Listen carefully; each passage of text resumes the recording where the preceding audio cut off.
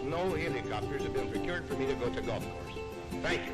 I've never said he wasn't a great politician. I'm just saying he's a officer. It's supposed to be an interview. How'd you play out there today? Well, I found the conditions challenging, mostly because there's no grass on the golf course, but there never has been. I'm thinking about the swag bag, and I had high hopes for the swag bag. When you got 3 crevices on the green, your course is trashy. What is going on, folks? Welcome back to the Beltway Golfer Podcast. I'm your host, Alex Dixon. This is episode 76. On today's show, we've got Jim Estes. Jim is an interesting gentleman that I've been wanting to have on for quite some time. He's a DC area native, but he is not only a former card-holding member of the PGA Tour, and one of the few, I think, in this region that actively coaches today that has that kind of experience. He's played in 5 majors, as we talk about in our conversation. But he was also the co-founder of the Salute Military Golf Association, which was one of the first nonprofits to get injured combat veterans access to the game of golf. They've been around for quite some time, founded right here in Montgomery County. So it being Veterans Day weekend, I thought it would be got a little bit late getting this the podcast out. Veterans Day was just this past Saturday, but in honor of that, I thought it would be a good time to talk about the SMGA, the Salute Military Golf Association, and have Jim on. Jim also was a longtime coach of the Good Counsel high school golf program and spent 20 years teaching at Olney Golf Park. Just last year made the switch and is now an instructor at Blue Mash in Olney. So go find him at jimestesgolf.com and you can get lessons from him out of Blue Mash. But another thing we talked about in our conversation, this was towards the end, but during his time, both as a teacher at Olney Golf Park and as the Good Counsel high school coach, he taught a young student, Madison Smith, who tragically passed away just a few weeks ago, who was an all-met golfer in the Good Counsel program, who her first coach prior to high school was Jim Estes. And if you're following Beltway Golfer on Instagram, we did post a little video, kind of just a tiny little tribute video at Manor Country Club in honor of Madison Smith, where she was a member. If you want to learn more about her story, the Washington Post has a couple articles. You can Google that, Madison Smith golf under the Washington Post. But towards the end of our conversation, Jim has an opportunity to talk about her and what it was like coaching her and her as a golfer and a person. So I was glad to have the opportunity to mention her on the podcast. Speaking of Instagram, if you're just listening to this podcast and you want to follow more of what we're doing here at Beltway Golfer, certainly that's the primary social media. You can find Beltway Golfer is on Instagram, but also we've got a monthly newsletter. This month I'm putting out a new guide as the winter months are coming up, and indoor golf has kind of exploded around this area. I've done a few podcasts with operators of indoor golf establishments in the area in the past, but we're putting out a whole guide. This will be part of our newsletter and on our website of, the differences in all the different indoor golf simulator businesses, places that you can play indoor golf around the Washington, DC area. So stay tuned to that and sign up for our newsletter at beltwaygolfer.com. Before we get to the conversation with Jim, this podcast continues to be sponsored by Union Green. Union Green. Golf social, play local is their motto. But Union Green has sponsored this podcast and Beltway Golfer for a little while now, and they're a great sponsor. They're a great partner. They've got 2 different golf balls that are just the right price point, especially for the amateur golfer. They've got their Pin Drop, which is their 3-piece, and their T-Bird, which is their 2-piece designed for distance, but it's $20 a dozen. And right now they've got a special on their website buy any 2 pieces of apparel, get a free dozen T-Bird golf balls. I'm rocking one of the Union Green hats right now, kind of a classic dad cap with a flag. They've got some cool stuff on there. The Pour Caddy, if you like to partake in adult beverages on the golf course, check out their Pour Caddy on their website. It's a way to pour your beverages. They've got built-in little shot glasses they bring out you on the course. It's kind of a pretty cool item for those that like to partake. But go to uniongreen.com. You can enter discount code BeltwayGolfer20, get 20% off anything you purchase there at uniongreen.com. And by supporting Union Green, you're supporting what we're doing here at Beltway Golfer and this podcast. So appreciate Union Green as a sponsor. Again, uniongreen.com. That is it. Let's get to episode 76 of the podcast. One note, before we started recording, we were kind of already into our conversations. There's not really an introduction. We just kind of jump right into talking about Jim's career as Jim is kind of talking about his background and his career in college golf and becoming a touring professional. Here it is, episode 76 with Jim Estes. Enjoy. I started there, I turned pro and was not a really good golfer in college. It was difficult for me academically to put together. I had a full scholarship to Tennessee, and Jim Gallagher and 4 seniors were on the team when I was a freshman, and I came in, I was pretty highly ranked junior. I made it to the semifinals of the U.S. Junior, but I had a difficult time there because I had 4 seniors to deal with, and I had put a lot of pressure on myself to play well. So, I averaged like 74, 4.5, 75. And, but going further back, like where did you? I got a scholarship. I went to school at Perry High School, which was a public school, and it shut down in 84. Okay. But, and I runner up in state high school, and I did reasonably. I won player of the year for the area so I got to Tennessee, and I did pretty well. We had Jim Gallagher, who ended up obviously being a Ryder Cup player and won 5 times on the tour. And we had another guy who was an All-American. There was 4 seniors, and then they were expecting me to come in there, and it was difficult because it was a transition, obviously being a freshman, going to school, trying to, delegate time to playing the game and then making sure that I did work, well enough in school. So my freshman year, I averaged, 74.5, 75.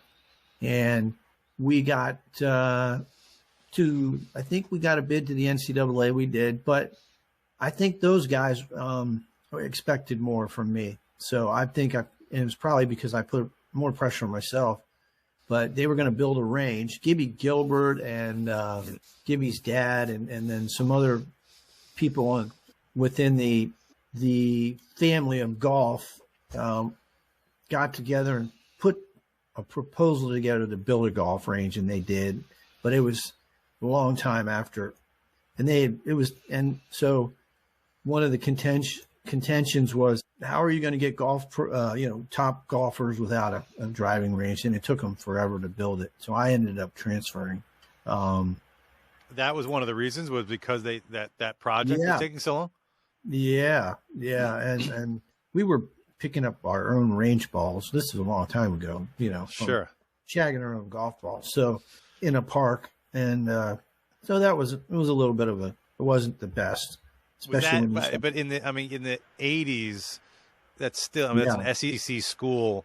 It was a program without a range where you're picking up your own range balls in the park. Was that rare? Or is that somewhat commonplace? I think that we were probably, I think we were among the minority, let's just say. Anyway, I was a good experience playing there because I got to play with, good players, and we had a good team. And we were in the top 3 or 4 in SEC, and we got a bid to the NCAA tournament my freshman year, despite the fact I struggled playing because of, like I said, I think some of the guys I was sort of, I was probably pretty sensitive, and some of them were giving me a little bit of grief. Played better my sophomore year, and then they had the problem because they promised us when I came in as a freshman, I took the scholarship. They had promised that the range would be built. But anyway, So fast forward, I go to Maryland and I played there. Fred Funk was the coach there for a year. So I ended up working with Fred. That was interesting. You're saying he was there because that was just your senior year? That's why he was only there for a year? Or that was the end of his coaching? Well, back then, you lost a year redshirting. Right. But Fred, he was, he really worked hard on his golf game.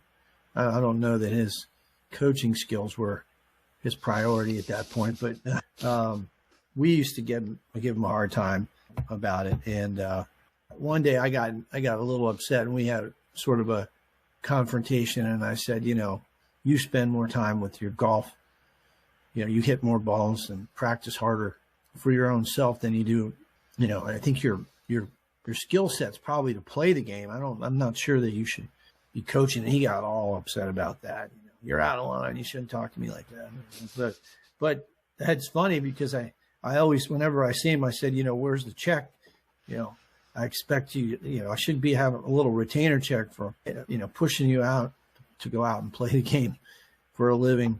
And he quit. He actually, after that, he went out and I got paired with him in the 1989 tour school at Jones Creek. And we both made it through, but it was hilarious because, Did you have just aside from that one confrontation as a coach and a player, did you guys have a good relationship beyond that? Yeah. There was definitely, we got into a pretty heated argument. I won't lie. But other than that, we laugh about it now. And when he was that year that he was coaching your senior year, was he really? Where was he with his game at that point? Like, was he playing in PGA? And what was he doing? Well, he'd done really well in the section tournaments, so he had just needed to move to the next level, and he'd started practicing really hard. And back then, distance wasn't his priority as much as it is now. And so he was really perfect for the time, for the clubs that were being used and the time period. He could play. He could hit it far enough. But accuracy was obviously a premium, and obviously he had an incredible career. And so once I moved on from Maryland, I didn't really do very well when I transferred because I lost credit and I was worried about graduating and everything, and my golf game sort of took a backseat to me just trying to get out of school because at that point I'd lost almost a year of credit. And not that I didn't play. I played okay, but not to the level that I wanted to play. So that's why I had this desire to go out and try to play a little bit because I really had not really, I didn't think exercised my full potential, playing in college. And that's when I went to South Africa in 1988 and 1989, played in Asia a little bit, and then made the Hogan Tour. Back then, now they call it the Corn Ferry, and then played a little bit on that. And can I ask what is that experience like before you even get to the Hogan Tour? Going to South Africa, playing the Asian Tour. This is in the late '80s, right? 1988, 89. That was pretty for me. That was quite exciting. Getting to travel to Cape Town and to Johannesburg. It was a 3-month tour, and you paid your money and you got a hotel room, and there was qualifications on Mondays, just like they did tour back in the tour. They still do have Monday qualifying, and I got a really good experience. I didn't do particularly well. I made a couple of cuts out of about 7 or 8 tournaments, but it was really just experience for me. Going out and David Faraday was playing at that time, and there were all kinds of guys that older guys that may not even heard of, but Sam Torrance played, and were there many other American golfers with you? Yeah, some of the American golfers that played, there was probably 10 or 11 guys, and the guys that went down there, some of them played really well down there, and they would stay down there So it was usually January, February down there, and the seasons are switched, right? So winter is summer down there. So there are guys that played that would stay down there past the time so that they could play more tournaments. I just stayed there for the 7 or 8 tournaments that were a part of the Sunshine Tour at that time. And was there much money even for the guys that were doing really well on those tours, like South Africa and Asia? Was there money in it back then? Yeah, or? if you won, you could make 100, which was pretty good back then. If you made the cut, you could make your $4,000, $3,000, $4,000. It was okay. It was good money because the European Tour at that time wasn't a part of South African Tour. And now they're all together, but they had good sponsorship for the tour, and a lot of the European players, like they do today, a lot of the European players were playing down there in South Africa. Obviously, could be because of the seasonal changes. I mean, it's south of Spain. You could probably play, but they didn't have an extensive European Tour schedule back then as they do now. But yeah, there were guys like Fran Quinn. Fran Quinn's playing on the Champions Tour. He played down there, and I'm trying to think of some guys that have gone on to be successful. Colin Montgomery played. Bernie Els played, obviously. And some of the, older South African golfers, you wouldn't know who they are, but a guy like Hugh Bayaki, who played some on the Champions Tour. But it was a good, like I said, it was a good experience. And I certainly going to Swaziland and these different countries, like it was wild, man. I mean, there was, the tribes. Back then there was apartheid too. So, it was funny, the black tribes, like the Swana and Zulu tribes, they would fight among themselves, but the Dutch colony the government was run by the Dutch. They were, they were prejudiced people. And so they had white and black bathrooms, and it was like the 60s, so it was pretty wild. But Mandela, they changed all that. So that's good. Sure. Were people coming out to your tournaments, or are you playing to kind of an empty? Oh, yeah. Really? Yeah, I mean, they had they were good. I mean, golf was a big sport, still. And yeah, they had people coming out. And like I said, not only was it well represented from a financial standpoint, there was quite a, because Gary Player was still playing at that time. And he would play in the South African Open, and so there was still, South Africa, it's Bermuda grass primarily you're playing on, and some of the golf courses were really difficult. So it was a good experience. And then, so I did that, and then I came back after that. I qualified for the Hogan Tour, but I didn't get my tour card. So it's like nowadays in that if you go to qualifying school back then, if you missed the regular tour, they had 2 separate qualifiers. So you could go to the Hogan Tour qualifier if you missed the regular tour qualifier. And so that's how I got to play with John Daly. That's when he was down in South Africa too. Incident I forgot to. And so were you going to the qualifying school for the PGA Tour this time, trying to qualify as well? Yeah, I went. Yeah, I think I went. I don't remember. I couldn't tell you how many times, but it was probably 10. Okay. I get to the finals or the second stage. The first time I went, I think I missed in the first stage, but after that, I made it pretty far. I was good I would pick the right course for my game, and it was usually a course where it was long, and the weather might not be so good, and if you shot 3 or 4 under par for the week, you would get it. You would get you would advance, and so that's what I did. I steered clear of some of those Florida golf courses where you could this risk reward, right? I mean, you tight, you got water on both sides, and then water in front of the green. Those kind of courses. I stuck to like parkland courses where it was long and tight, and par was a good score. Sure. So how long into your career on the Hogan Tour, how many years were you on that tour before you got your win?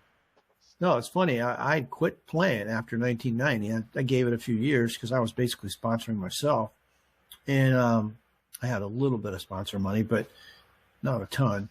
In 1991, I got a job as an assistant pro in Baltimore, and then played really well in the section stuff. And the course was called Bonnie View Country Club, and they don't even, it's not even, it doesn't even exist now. But then I stayed there a year, and I met in 1990. I went to the U.S. Open, and I met my first wife, and we actually got married in 1992. And then I ended up moving to Chicago from Baltimore in 1991. I was living here in Maryland and working in Baltimore. And in 1990, I met her, and we corresponded back and forth and had sort of a long distance thing going for a while. And then I married her in 1990. The U.S. Open at Medina was my first major, and man, I played really well. I missed the cut by one stroke, but I led the team. And for 36 holes, I hit them as more greens than anybody in the field. I just didn't putt well. I was putting, I had, I think, 9 or 10 putts inside of 10 feet, and didn't make any. And it was, I got frustrated. But it was a great experience. How did you qualify for the 90 Open? Do you remember? Yeah, I made it over at Woodmont, so I think I shot 600. So you went through qualifying. Okay. Yeah, played with Tommy Armour. And golly, I might have been Brandel Chambly or Larry Mize. When I was in I don't know, there's so many of them run together, but yeah, back then, Woods was the course you went to because the tour site that week, they always had a tour event that either followed or you'd play that Monday qualifier. Actually, you'd play the Monday qualifier after the tour event. So that's why there was always more spots there than anywhere.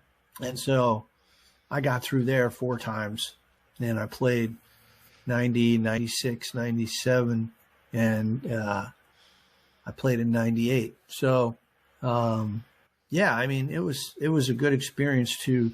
That course suited me, and the Opens I played in, like 90, I played really well, and I played well at Congressional in 97, and Shinnecock Hills, what a golf course. That was the one Corey Pavin won. That might have been the hardest course I'd ever played up to that point. Really? Just because it was windy, there was a lot of hills. Sure. There was a lot of runoff on the fairways, and they were sort of crowned fairways and deep bunkers and very firm. Yeah. But it was good. But so, yeah, I started working. It's a weird story about the Nike Tour because I was working, from 91 on. I was a club pro, and I still wanted to play. I still had a desire. I thought I could play well enough to maybe someday get a chance for a tour card. So while I was working as an assistant pro, I worked on my game pretty hard, and I was teaching a lot. But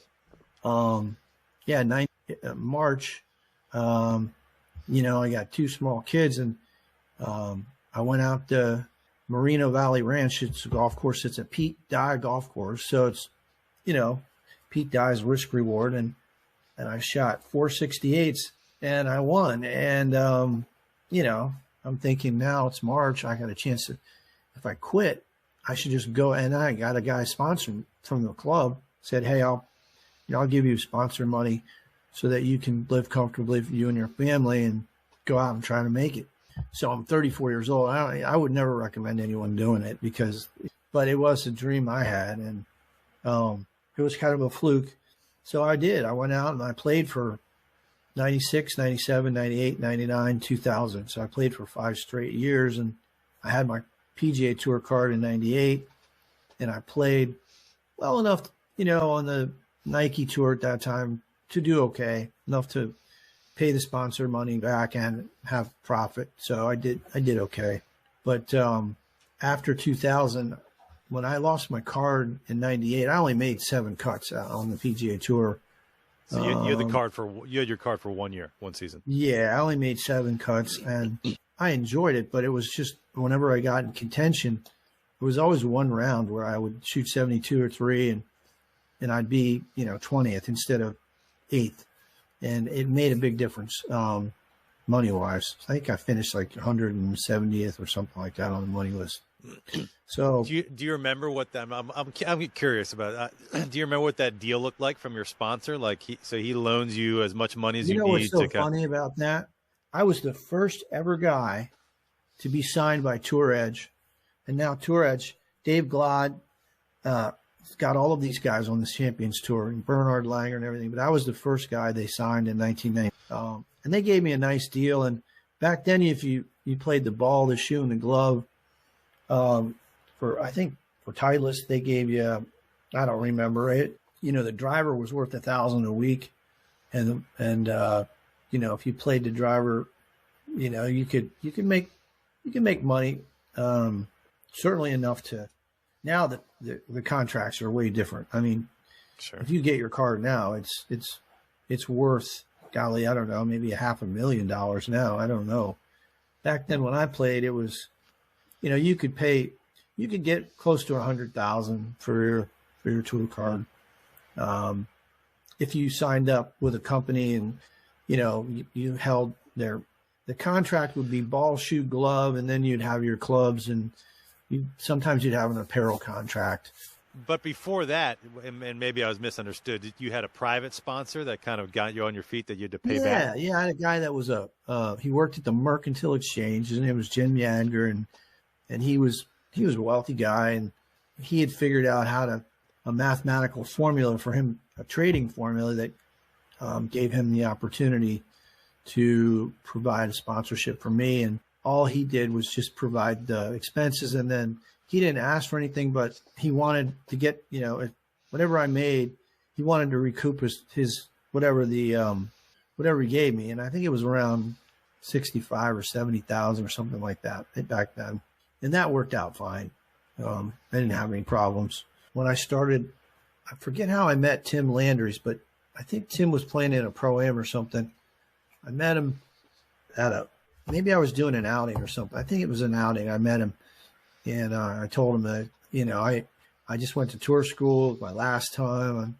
I've got status on the Nike tour, but I think I'm going to try to work in the golf industry at some point again. And that's when he offered me a job at Olney Golf Park. So I started there in 2001. Was there a time in there? I mean, you had your card for 1 full year. You lost your card. I imagine when you're, the trying to be a professional golfer or being a professional golfer is just, it's such a unique path that there's this grind, and you're never like, was there a time where you're just like, okay, I'm done and I'm going to do this? Or are you still constant? I imagine you're constantly always like, well, I can still play. I can still try to qualify for this. I can, you never really fully retire, do you? Well, if you do it long enough, you get to the point where it's not, because, if I had to recommend, and this is what I do when I coach guys on scoring and how to manage their time, I tell them that you have to be prepared to balance your time, but you also have to you can't have any major commitments. I mean, if you have a wife, that's fine. But if you've got a wife and kids and you're trying to do it, you're going to have a sponsor that's willing to, provide not only financial, but the financial's the one thing, but then you've got to have someone that's going to support you emotionally. Can't be someone that's going to be calling you up every week saying, how come you didn't play well, or what's going on. And that sponsor ends up thinking he's your coach, And so what I would say is, if you're trying to play in this day and time, you should definitely be single. And, Steve Boschdosh is a friend, and his son's trying to play, and he's going to the second stage, and he's in a perfect place where he can make some money on his own, doesn't feel the pressure of having to pay a sponsor. And he's basically, because he's working, he can foot his own bill. And I think that's kind of a good way to do it. Sure. because there's no pressure. If he makes it, fine. If he doesn't, he's still got a job and he's still okay, and he's not committed, to anyone. So when you started at the Olney Golf Park, was that kind of for you like, okay, I'm going to commit to coaching and teaching and I was lucky because Tim put me on like a retainer until I started to get enough business where I didn't need it, but I was an employee on a retainer, and it was a nice place to start because they had a nice practice area, and it was covered and heated, so you could teach pretty much if you wanted, you could teach all year round. So I sort of kind of think that it's still a pretty good spot to do that.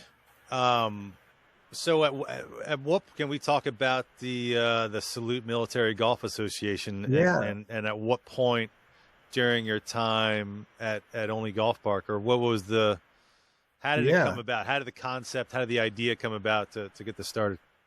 Wow. I mean, I started in 2005 and 6. There was a guy named Billy Bartlett, and he was a helicopter gunner pilot in Vietnam, and he had a friend named Hal Koster who had a restaurant, and those guys were trying to help these guys that were getting injured.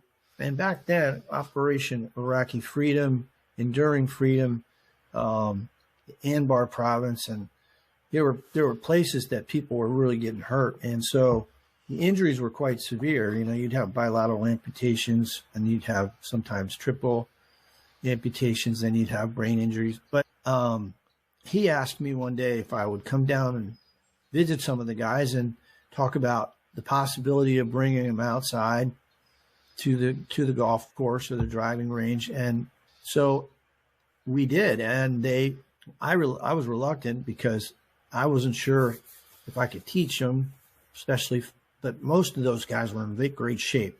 And so even though they might have had a disability, they could really swing the club and had potential. So it was cool because the rehab process really helped the golf. They were doing a lot of stuff that you would do for golf, fitness, while they were at the hospital. So I brought them out, and we started out with like 10 guys, and we did weekly clinics, and I got to the point where they called it the Warrior Transition Unit. They gave us the opportunity to teach these guys, and it took a little bit of time. I actually partnered with DAV, and they took the money. I started a Salute Serviceman Day, and we raised money that one day. We raised like $35,000, and then that money was contributed to DAV. They put it into their bank account, and they managed the funds, and we used the funds for golf, and we used the funds for coaching, and then some of the guys got some clubs. So I started to formulate this process of, okay, we'll have a graduation, we'll have a clinic series, we'll have, some food, we'll give them the whole experience that if you were going to go and play golf for the day, that's what you would do. You would hang out with your buddies, and you would play golf, and you would have lunch. But the thing that made it unique was these people were able to form bonds with each other through the game of golf. So there was a rehabilitation process going on that they didn't even realize by learning the game. And so I didn't have to do anything other than just put these folks together. And how did they choose? Like, especially right at the beginning there. Like, how did they determine which servicemen would come to your clinics or be a part of the program? Yeah, we had a sign-up process, and they screened them, and it was up to the doctors and the physical therapists and we had special adaptive equipment too. I had a paragolfer, and so they were able to, some of them. So this paragolfer was set up for people that had severe issues with their lower body. It might be an amputation, it might be paralysis, but it was a hydraulic chair. So it would lift you up out of the chair into a golf stance. Right. And they weren't. And this guy, Anthony Netto, who he's the one that helped design this paragolfer. Anyway, it was helpful.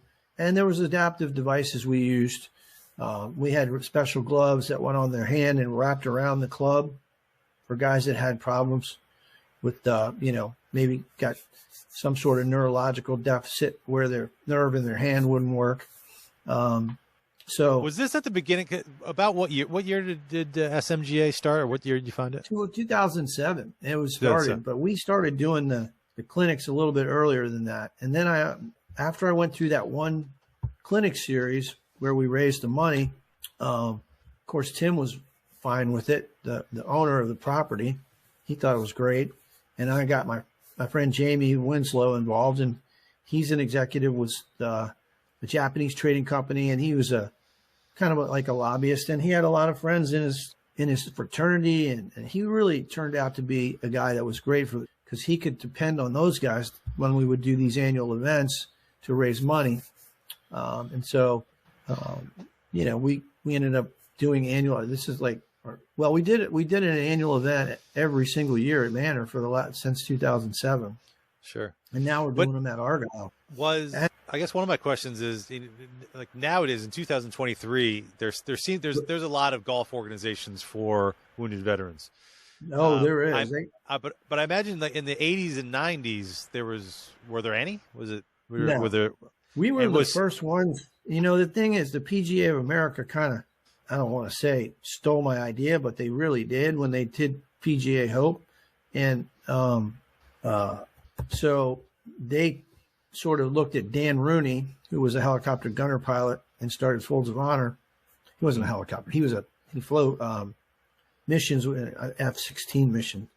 But anyway, so they weren't as back when we were really thriving back in the 2013-12. They didn't have PGA Hope, but they wanted to have it, and so I kind of tried to get them to get on board with us, but they didn't want to because they thought our mission was too limited in scope because we only took care of the post 9/11 guys that were combat wounded, combat wounded. So they wanted to help them all.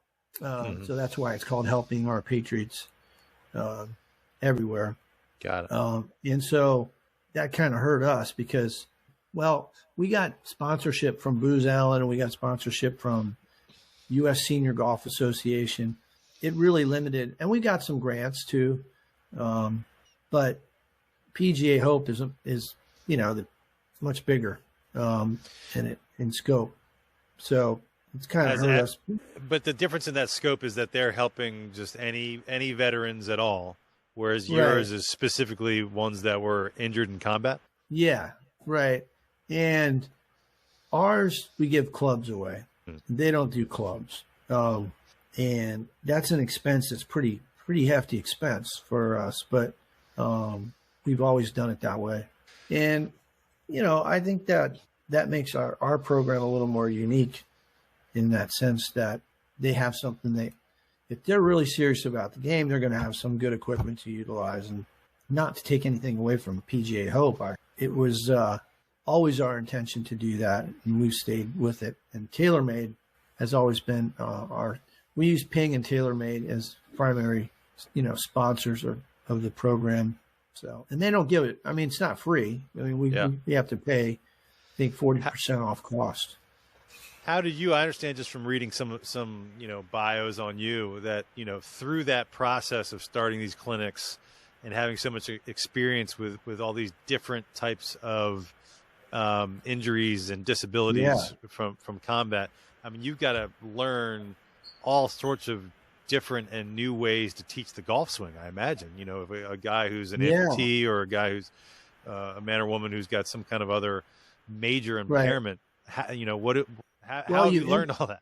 Yeah, well, I started doing all sorts of training and testing on myself, like with the Swiss ball, balancing on the ball and hitting, and trying to simulate the same situation that these guys are experiencing. Helped me realize how I could teach them and what muscle groups, and being able to take care of the attributes that they have, being able to utilize them and then give them a program where they can score. So there's really like a scoring method. So I would tell them, look, I want you to get the ball within 100 yards of the green, and that's not going to be out of the realm of possibility, whether you're sitting or standing, to hit the ball 150 to 175 yards. And I would have them hit shots with, different grip sizes, different shafts, but also I gave them different.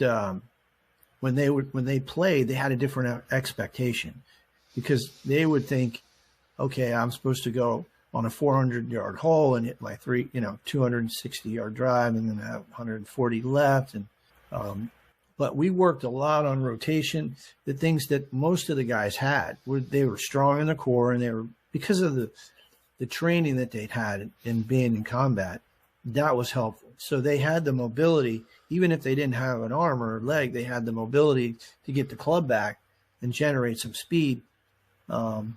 And with the special gloves, if a guy had missing a digit or two, we'd wrap it around, and they were still, if they had mobility in the wrist joint, they could still generate some speed in the club head. So, but what I gave them was a scoring method. So I said, look, you're going to try to get inside 100 yards and get down in 3. That's your scoring method. So that's, instead of thinking about, how far you're hitting the ball, let's just hit that driver 175 if you are swinging at 85 miles an hour, and then get that ball within 100 or 50 yards of the green. So that's how they got shooting 9 to 90 pretty easily, because they could hit the ball. And a lot of them had hand-eye coordination, very good hand-eye coordination. So, to shoot a rifle and, backpack 20 miles, you got to be in pretty good shape. Yeah, no doubt. So, yeah, it was, go ahead, yeah. I was just saying, so how was, because I see the SMGA has expanded quite a bit over the years as far as other sections in other parts of the country? Yeah, we have a guy, Jerry Shanahan, up in Boston. He's got Rhode Island and Vermont, and he's done an unbelievable job. He's a retired financial guy, and I got in touch with him through a guy named Bob Burke, Bob Beach. And Bob was one of the initial guys that I worked with when I first started at SMGA, and he was an expert in working with people with disabilities. And Jerry he's partnered with a lot of the golf pros up there to do events. And also Vermont, Rhode Island, and Boston, that area, most of those guys, there's so many military people up there. I mean, it's a military area. And he's done an unbelievable job. And then we've got a spot at Chambers Bay. Oh, really? Okay. And we've got a spot in Oregon. And we got a spot now in Georgia. So we've expanded some. Was there any and there are PGA pros that are doing the golf clinics, Okay. Were there indicators, though, back, even when you started doing these clinics, call it 15, 20 years ago, that golf and veterans, there would be this much of this golf being so popular amongst veterans? Because it really seems back to the point of not just PGA Hope, but like all these other different organizations now. Well, what's funny is Veterans Golf Association, which is huge, was started right because of me. Not because I started it, but the guy, Josh, who started Veterans Golf Association, was getting his master's, and he's a Green Beret. He got injured and went through my program. And he's like, I think as part of my master's project, I want to start something like a golf league. And oh, wow. That's how he started Veterans Golf Association. The founder of the Veterans Golf Association originally was in your program through the SMGA. Yeah. Oh, wow. Yeah. I mean, he was so avid as far as playing the game. And, some guys are super, competition is in their blood, a lot of them. Sure. What's your take on, why that is? What is it about golf and veterans that, have such a wide range of physical and sometimes emotional issues post combat that golf is so appealing? Well, I think it's a game that requires so much concentration that your focus you can totally get engrossed and compartmentalize with golf. And I think that's the lure for these guys. And they like is they like two things about it. They like to get together, and most of them will compete, and most of them will not compete against other guys but themselves. And like I said, I think being able to get out, enjoy each other's company, and be able to talk freely and openly, which that wasn't really the military mantra for so long, was, hey, I'm strong, I can deal with this on my own. That's all changed, and I think golf's been a spearhead for that. Sure, absolutely. Because you can learn a lot about someone in 4 or 5 hours if you take the time. And frankly, I mean, you shouldn't be thinking about golf all 5 hours. There's lots of conversations that go. I took a group to Ireland in 2012 and 13, and they got to learn about, the history of golf. And a lot of the guys, didn't know a lot of where golf started and how it came about, and, these links golf courses and so on. It's quite an experience for them to realize that, oh yeah, that ground there has been here since 1400. And it's like, what? Right, yeah. right. Links ground right on the ocean. Hasn't changed. So you mentioned that your big event through SMGA was at Manor for a very long time, and you said now it still is. Yeah, it still is. Okay. Yeah, we just expanded to Argyle because our offices are at Argyle, and we wanted to do something for them, and so in September around Labor Day we do another event. We just had another event at Argyle, and it's a smaller event, a little smaller, but it's still really important. Are these the type of, and shame on me, I haven't participated in one yet, but are these kind of events where, someone can donate or buy a foursome or one and get to play with veterans or that type of thing? We have a vet for every group, Okay. So, and that's part of the process. That's part of the learning, and it's part of the graduation process. And then, of course, the events that we have throughout the country that we can send our vets to, we partner with other organizations, Semper Fi Fund, Operation Second Chance, or JB Ball's group. Trying to think of the name of it. Can't think of it right now. But so these guys are getting, they're getting so much experience and traveling, like Reunion Resort. They're going to go down, and we just, when we have a board meeting, we allocate a certain amount of dollars, and we allocate, here's who's available. And a lot of times we'll take a group of guys from a certain area rather than have them travel. So if it's a tournament in Florida, we have a group of guys in Florida that fit the bill. Sure. Yeah. Well, I certainly encourage anybody to check it out. smga.org is your website, right? Where you can learn about the events for next year. And you can sign up for you can either donate or you can sign up for an event. Or you can just come to a golf clinic. We do them in the spring and the fall. We're always looking for people to donate their time and come out to one of the clinics. There's plenty to do. Oh yeah. So anyone can come out and kind of volunteer and there's a role for them. Okay. Yeah, there is. I mean, we have balls that need to be picked up because, you've got 25 guys out there, and we've got pros and that, they're very knowledgeable in disabilities, and I've trained a lot of them. So it's worked out really well. And, the key is we want them to enjoy the game. So I always tell these guys, look, your goal, you set the expectations for guys, you can break 100, and that's something. And there are guys that are really good athletes that, don't have a series of injuries that can do much better. But once you set the expectation, you give them a plan, like a scoring method, and I give them a scorecard, and it outlines exactly there's 10 keys to scoring, and I give them the 10 keys to scoring. And when they see the 10 keys to scoring, they're like, oh, okay, I can do that, I always tell them one of the keys to scoring is not having such a bad start. And if you don't warm up, then you're going to have a problem. And I give them stats on how many, from 6 to 8 feet, what should you make? How many you should make if you're trying to break 100, or if you're in a situation where you're a person that can't hit it more than 150 yards. Well, how am I going to make a par? Well, you're going to have to get really good with your short game, but that's something you can do. And I give them a plan.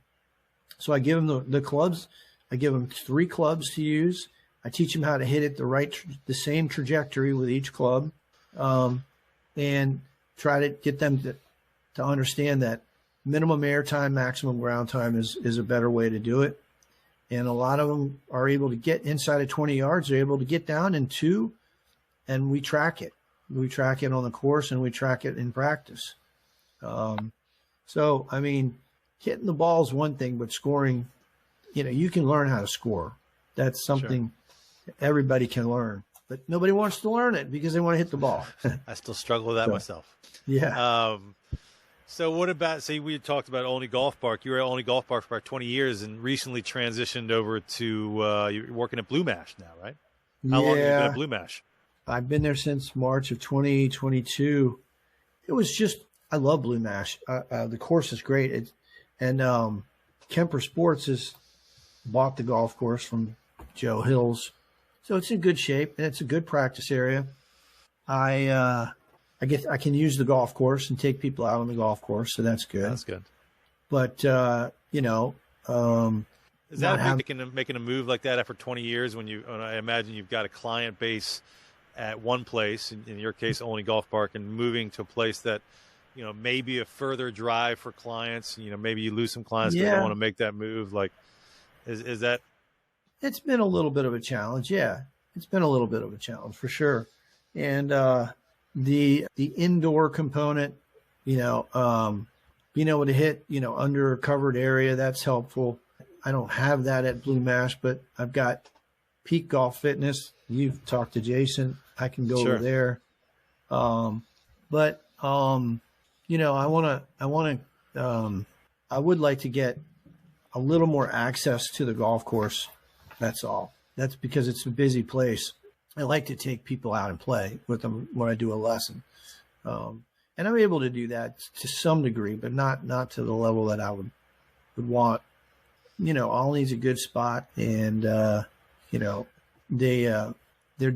still doing the golf clinics. I'm doing some over there at Blue Mash, but I want to expand that as well. I want to get more guys over there at Blue Mash doing the golf clinics. You on your website, jimestesgolf.com, you've got right there in big bold letters, take 10 shots off your score in 12 weeks. Right. What's the basis behind that?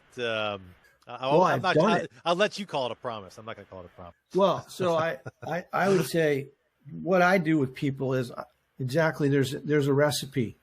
You've got to get, so I take the person's, first we do a golf assessment, we do a game assessment.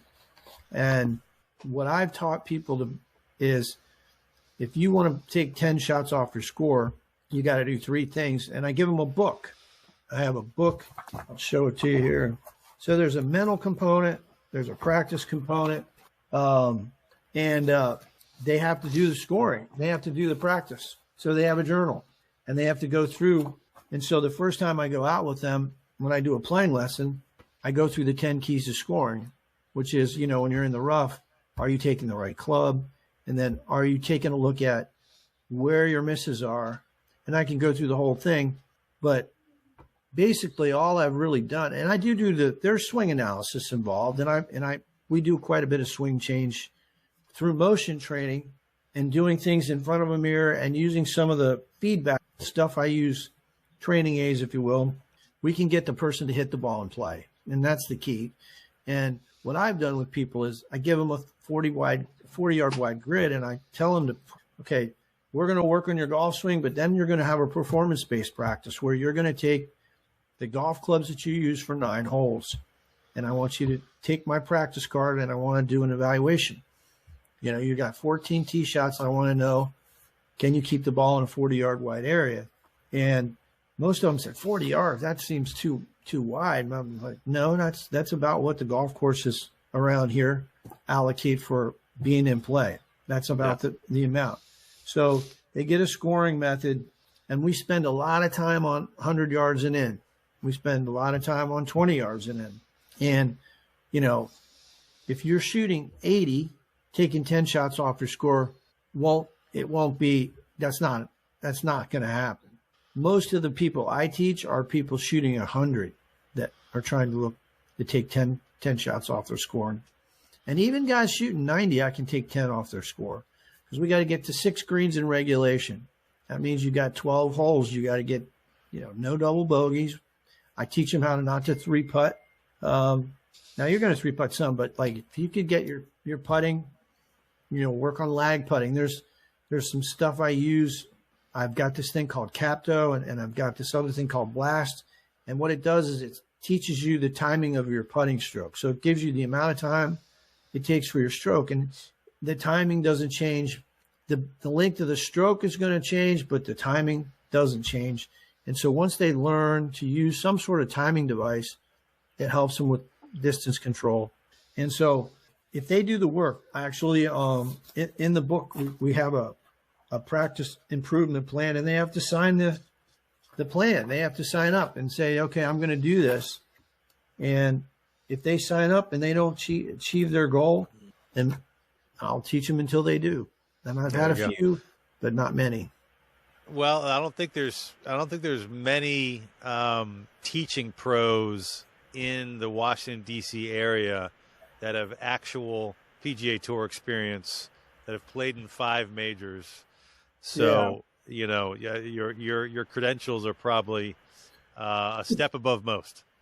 Yeah, it's helpful to have playing experience, but it's helpful to know the mindset for playing too. And so how to change your heart rate. But the thing that separates like a lot of these folks is some of them are good athletes and can hit the ball a long ways, but they don't really manage their golf game properly. So that's why what separates my program, when I go out with people, I can sort of show them how to play, and I'll take a 5-iron and a wedge and a putter, and I'll go out there and shoot 40. They'll go, oh, okay, well, your 5-iron is only going 190 yards. And I'm going, right. 190 equals what? 380. How long's the hole? 420. Okay, I got a 40-yard pitch. I hit it up there 15 feet or less. I got a good chance at a par. If I hit a really good pitch, I'm going to have an 6 or 8 footer. If you can keep the ball in play, you can play the game of golf. And so most people say to me, well, I'm making triples and doubles and quads, and so I'm saying to them, okay, well, if you hit 3 bad shots in a row, how did that happen? Like I had a junior the other day. He's a really good junior. He can shoot 70, but he shot 95, and he hit 4 balls out of bounds. Then I said, look, he's like, well, I wanted to drive the green because I want, that's what a tour pro would do. I'm like, you could hit a 7-iron and a wedge and make a birdie, and you took a driver and you hit it out. But then what was worse is you took a driver again and did the same thing 2 more times. So I always tell people that's a management problem. Yeah, you could take one bad swing, that's fine, but pick a club that you know you can get it in play. And I'm not telling you anything you don't know, but it's a management. That's what works. I mean, that's why you need a coach. A lot of times, just to yeah. Speaking of coaching, and this will be probably our last topic here, but we mentioned it before we kind of started recording. But you coached at Good Counsel here locally for how many years? Let's see, 2012 through 22, so 10 years. I really enjoyed it. It was fun. It was so much to do. We had so many matches. They expanded the conference, and it was just a lot of time at the end of the day. But I think that to some degree that helped my coaching too, because I got to see firsthand how kids take on stress, and how they handle, and some of them put so much pressure on themselves. So my job was to not only give them some fundamentals and teach them how to play the game, but how to handle themselves, So it was more like self-management, teaching them how to control their emotions and talk to themselves in the right way. And we had good teams. I mean, Gonzaga and Prep were always a little bit better, but we were usually up there. How much of a week? So you were giving lessons and doing your full time Yeah, we had instruction at Olney Golf Park. Yeah, I mean it was a lot because we had to practice twice or three times a week, and we had matches twice a week sometimes. So, I would give them a practice program, and I had stations set up for them, and we had goals, and I had a practice card, and they had to make so many putts, and they had to chip it within a certain distance, and they had to track that proximity to the hole. And then they had to tell me, so I would work with them after school for, I don't know, they'd get there at 3:45 and I would work with them till 5:30. And that was tough. I mean, because you're talking about managing, 10 kids and making sure they stay focused. And then, telling them, okay, once I leave, I want you to do 14 tee shots, and I want you to measure what they're, not only how far they're going, but what is the miss like? Are you keeping the ball inside? And I had on the range big poles set up for, like fairway markers, and they were 40 yards wide. And, so it was helpful for them to simulate. And, but I think that the program at Good Counsel, was good for the kids because it taught them, the most important thing was how to manage their life problems, not just their golf problems. In golf and life, there's a lot of similarities there. So absolutely. Yeah. I did want to give you an opportunity to, we spoke about it again before we started recording, but one of your players and early students, Madison Smith, passed away recently. And I was curious if you could just share a little bit about, what she was like as a student and a player. Maddie had such a joy, exuberance to her, and she was such a fun-loving girl. And she was a really good student, and she liked to have fun.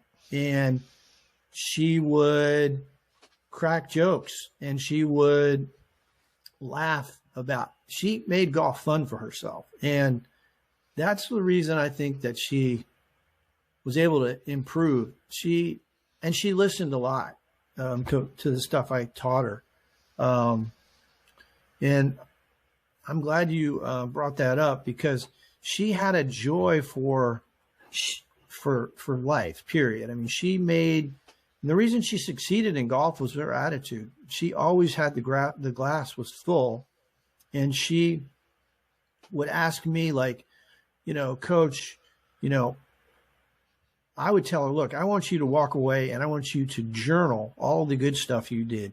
She goes, oh, I don't have to do that. That's how I think, So she was the kind of person that she could always turn a situation around if it was bad. And there wasn't too many, in her mind, there wasn't too many things that were bad. And I think that's what kept her going. She hit a nice little draw. I got her to work on the practice card and get to the point where I told her the goal, she had to break 40 to play, and she did. I mean, she got to the point where she could hit the ball pretty far, but the thing that made her exceptional was her attitude, for sure. And she was a person that listened and respected what I had to say to her. Wow, I hadn't been, I hadn't been in the circles, Good Counsel circle for a while. But yeah, Madison, I had her from like 5th grade on, but she was really an exceptional young lady. She had a great spirit. Well, I appreciate you sharing some thoughts on what she was like as a person and a player, and may she rest in peace. And well, listen, I know you've got a schedule of folks to coach and a schedule, I'm sure, of clients coming into Blue Mash. But congratulations, and I hate to end it on that somber note there, but congratulations on all your work with the Salute Military Golf Association. I'm going to make a point to try to make it out to at least one of the events or maybe a clinic in the new year. I know I've spoken with Chris Johnson, who's your executive director. SMGA. I know he's doing a lot of great work with SMGA. Yeah. Chris is doing great things, and he's passionate, and he's got good connections. So, former radio guy. I'm sure he knows all. He's well connected in the DC sports scene for sure. Yeah, for sure. Well, if you ever need any help with your swing, I'll help you out. Absolutely. And any listeners, JimEstesGolf.com and SMGA.org are the websites. Right. All right, Jim, we'll leave it at that. Thank you very much for coming on the podcast, and great to meet you and learn your story a little bit more. Thanks, Alex. Appreciate you. Okay. I don't have a good golf game, but I don't really care. I'm a regular dude living in DC, and I want to know about DC-centric golf stuff. If you can tell me something that I don't already know, then that is great for me. I don't want the regular stuff. I want exciting stuff. I want different stuff. I want stuff I can't hear elsewhere. But I want it to be about DC golf.